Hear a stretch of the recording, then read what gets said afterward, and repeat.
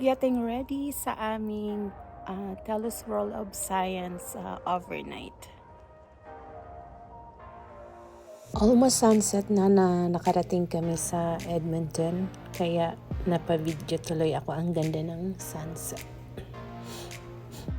Ito ang unang bisita ko sa Telus World of Science. Libre naman yung pagpunta namin at may nag-sponsor.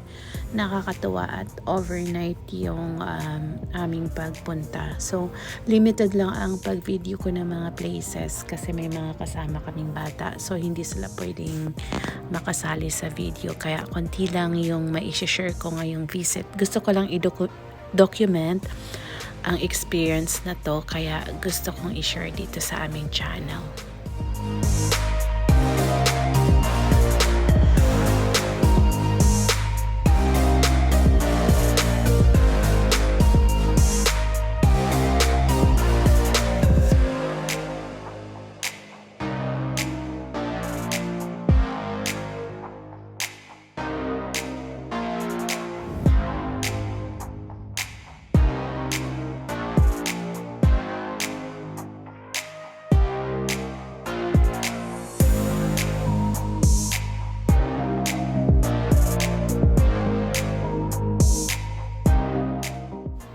Napahinto talaga ako dito sa Aurora room. So medyo na-video at fan po ako ng Northern Lights or Aurora. Kaya meron din silang show dito sa Telus World of Science ng Northern Lights.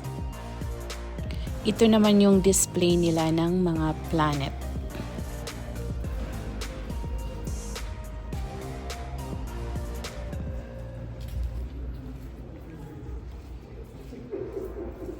So cute. Okay. Amazing din itong old machine ball na dati itong nakadisplay sa West Edmonton Mall. Ngayon inilipat na siya sa Telus World of Science. Sobrang napakagaling ng engineer or kung sino man ang gumawa nito, and also it's very relaxing to view and listen to the sound of the old machine. Of the old ball machine.